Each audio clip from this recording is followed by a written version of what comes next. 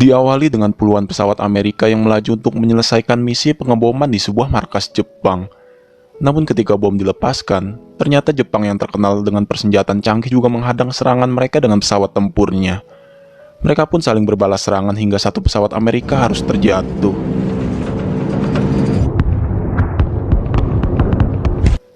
Sementara pintu pesawat yang dikomandoi oleh Letnan Pil juga mengalami kerusakan parah. Hal itu menyebabkan tembakan Jepang menembus masuk dan mengenai beberapa penembak hingga terluka. Meski setelahnya banyak pesawat tempur Jepang yang kalah, namun pesawat mereka juga rusak dan harus segera melakukan pendaratan.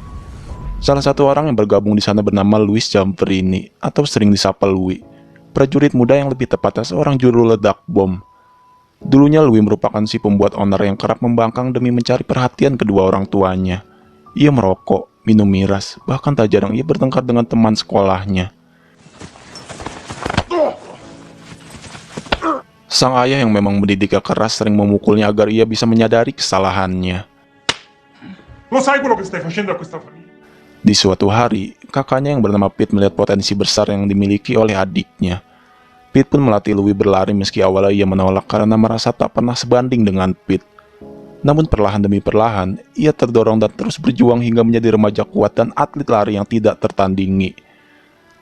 Tak hanya sampai di sana, ia juga mengikuti Olimpiade di Jerman dan sukses memperoleh namanya menjadi atlet kebanggaan Amerika.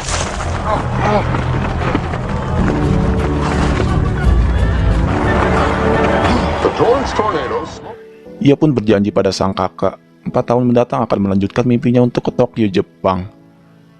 Berlanjut ke Perang Dunia Kedua, Letnan Pil mengambil keputusan untuk segera melakukan pendaratan. Beruntung markas Amerika sudah tak jauh lagi, hingga mereka pun lekas bersiap saat pesawat menghantam daratan sampai roda berdecit dan pecah. Pendaratan berlangsung aman dan tidak ada satupun yang terluka karena kejadian ini. Namun akibat serangan Jepang dan benturan yang cukup keras, menyebabkan pesawat 2 kali lipat lebih rusak. Wah, kepakeman mas bro. Kemudian di saat Louis santai menikmati sore harinya, Letnan Pil datang membawa pasukan dan mengabari jika mereka harus kembali mengudara dalam misi penyelamatan kru pesawat yang hilang. Mereka yang mengira akan diberi pesawat baru, justru kembali mengarungi perjalanan dengan pesawat yang lebih cocok menjadi rongsokan. Hingga saat tiba di tengah Laut Pasifik, tiba-tiba mesin kiri pesawat mati dan menyebabkan pesawat kehilangan keseimbangan. Mereka pun segera mengambil barang yang dibutuhkan dan bersiap untuk bertahan pada hantaman.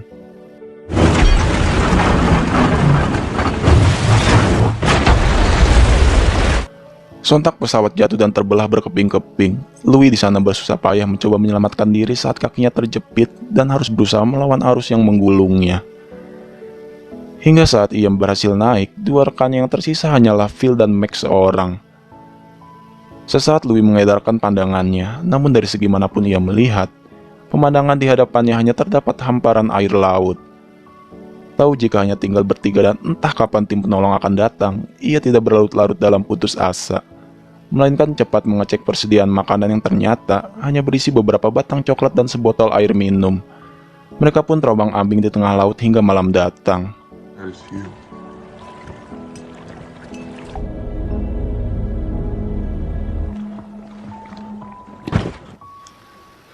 Keesokan hari, mereka terbangun dan melihat jika satu pesawat Amerika mulai menyisir tempat dan mencari mereka. Sontak saja mereka segera memberi sinyal sambil tak henti berteriak berharap pesawat yang jauh di atas mendengar seruan mereka. Namun harapannya sirna saat pesawat pergi begitu saja, terlebih saat Louis melihat jika coklat untuk persediaan mereka selama beberapa hari telah dihabisi oleh Max seorang.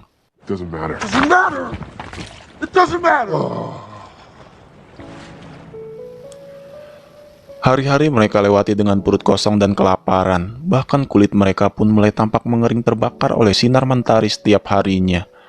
Selama itu pula, mereka mencoba memakan apapun, termasuk bebek yang hinggap meski berakhir muntah-muntah. Keadaan itu juga memaksa mereka untuk cepat belajar memancing dan memakan ikan mentah. Tito.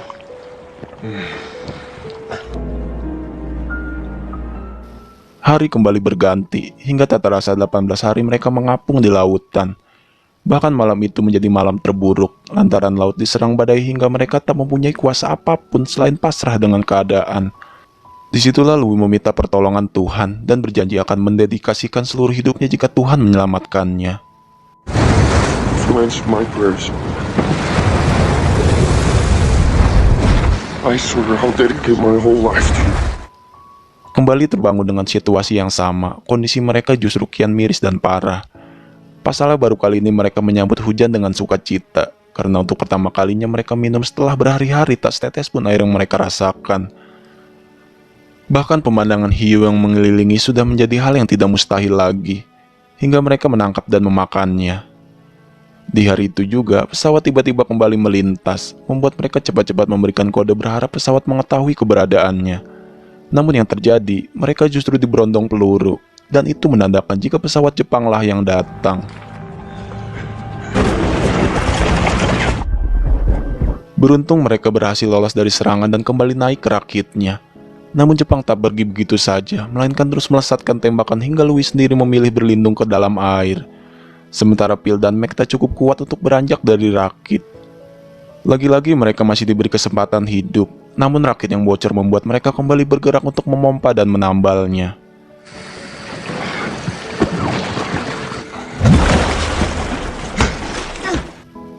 Tak terasa waktu terus bergulir hingga di hari ke-47, Mac sudah tidak mampu lagi untuk bertahan dan menjemput ajalnya.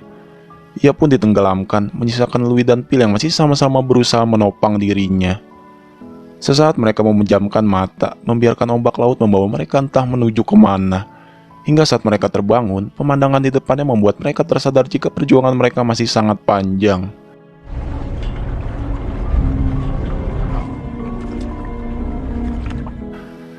Pasukan Jepang langsung mengasingkannya ke dalam sebuah penjara gelap yang ukurannya bahkan tak bisa membuat mereka selonjoran. Belum genap sehari tinggal, Louis sudah mendengar pasukan Jepang yang menyiksa Phil dari ruangan di sebelahnya. Ia juga sempat melihat tulisan-tulisan berisi nama-nama kru pesawat yang sebulan lalu baru akan mereka cari. Itu menandakan mereka ditahan lebih dulu sebelum dirinya. Lalu kali ini tiba-tiba ia diseret keluar, dimintai keterangan tentang bom dan segala teknologi Amerika yang ia jawab dengan asal-asalan. Ia juga mendapat informasi jika teman-teman yang dulu tertembak jatuh sudah tewas karena dipenggal. They were beheaded. Hari kembali berlanjut. Kali ini mereka dipaksa telanjang sambil ditodongkan senapan dari berbagai arah. Isak tangis Louis yang telah ditahannya pun perlahan keluar. Tak pernah ada dalam bayangannya jika sebentar lagi Jepang akan memenggal kepala mereka. Namun ternyata Jepang hanya mengguyur mereka. Terbangun dengan kondisi mata yang tertutup, Louis dibawa bersama ratusan prajurit yang bernasib sama seperti dirinya. Ia pun berpisah dengan Phil dan dibawa ke mobil yang berbeda. Di tengah jalan ia menyadari jika 4 tahun lalu ia pernah berjanji ke sini untuk meneruskan mimpinya. Namun 2 tahun setelahnya, ia tiba di sini dengan statusnya yang menjadi tawanan perang. Tibalah ia di sebuah kamp Omori dan bergabung dengan para tahanan. Kemudian seorang komandan kamp bernama Watanabe muncul memperkenalkan diri. Para tahanan yang lama sudah mengenal Watanabe sebagai pribadi yang sadis dan gemar menyiksa. Terbukti saat Louis tak sengaja menatapnya, ia langsung diberi 3 pukulan kasar di wajah, hingga membuat tulang hidungnya berdarah.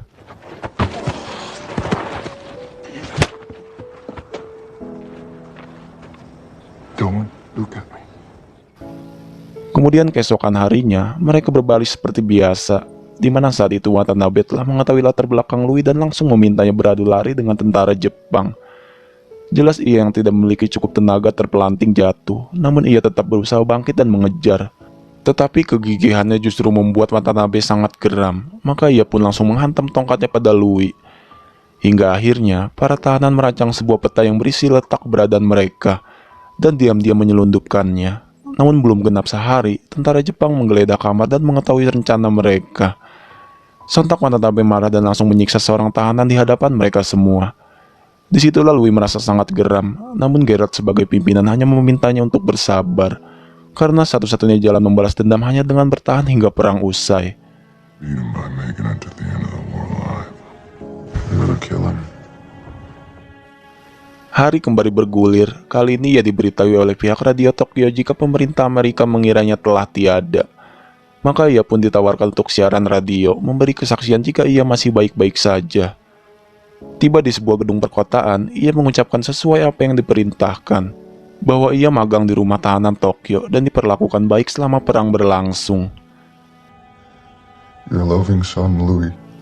Setelah dari sana, ia juga diberi makanan yang enak dan diperlakukan sangat jauh berbeda. Namun ia menolak saat ditawarkan menyiarkan pesan kedua yang berisi dia berkhianat dengan Amerika. Padahal, Louis diiming-imingi kehidupan bebas dan lebih layak seperti prajurit Amerika lainnya. Tetapi ia tetap berpegang teguh pada pendiriannya, meski pada akhirnya ia harus kembali dikirim ke camp. Penolakan itu membuat Watanabe menganggap jika Louis tidak menghormati Jepang. Ia pun kembali berulah meminta seluruh tahanan memberi satu pukulan terhadapnya, atau teman yang sudah lemah akan mendapatkannya. Dihadapkan dengan situasi sulit membuat Geralt tak punya pilihan lain selain memukulnya. Begitu pula ratusan tahanan lain yang terpaksa melakukannya hingga ia terkapar tak berdaya.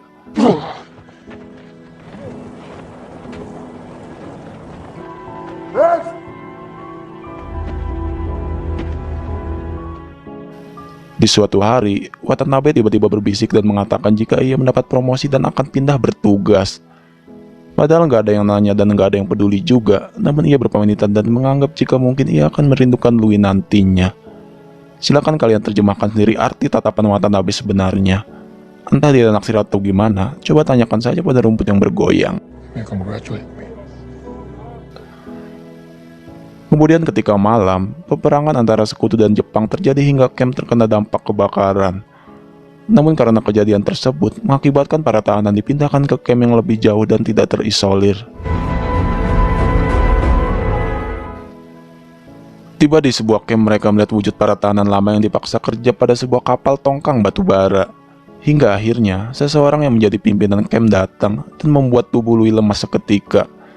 Ya, benar sekali. Watanabe mengenalkan diri sekali lagi dengan langkah yang pongah karena jabatannya telah naik menjadi seorang sersan.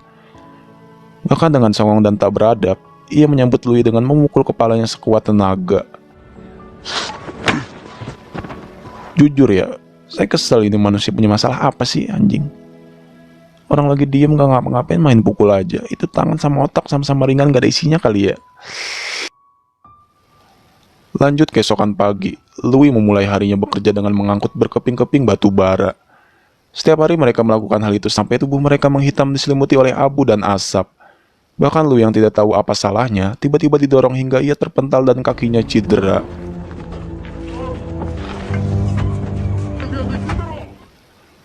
Lelah sudah tubuhnya, terlebih batin yang tak henti mendapat perlakuan yang sungguh amat hina. Hingga kali ini, ia berhenti sejenak untuk beristirahat. Namun lagi-lagi, ia kembali diseret dan dihadapkan dengan tumpukan kayu yang besar. Mungkin jika kondisinya sehat, dengan mudah ia mampu mengangkatnya. Akan tetapi di saat tubuhnya lemah dan telah dikuras habis, balok kayu seperti sebuah beban yang sangat sulit untuk ia angkat.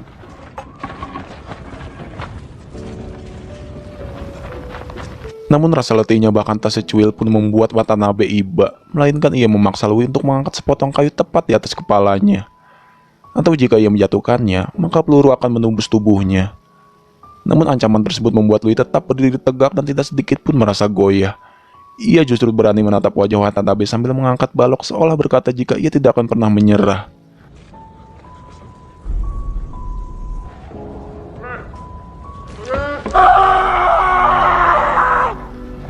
Disaksikan oleh ratusan kepala, Watanabe marah dan merasa sangat malu karena hal itu jelas sangat mencoreng harga dirinya.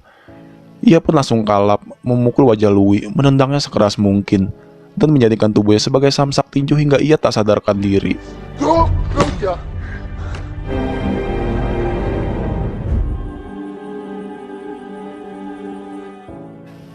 Hari-hari telah berlalu. Setelah kejadian itu, Watanabe tidak pernah mengusiknya lagi. Mereka pun diizinkan mandi dan diberitahu jika peperangan telah berakhir. Di mana hal tersebut mereka yakini bahwa sebentar lagi mereka pasti akan dibunuh massal. Namun saat tiba di pinggir sungai, sebuah pesawat Amerika datang dan membuat mereka bersorak bahagia. Disusul oleh kedatangan 3 pesawat lain yang menurunkan berbagai pasokan makanan yang langsung mereka santap bersama-sama.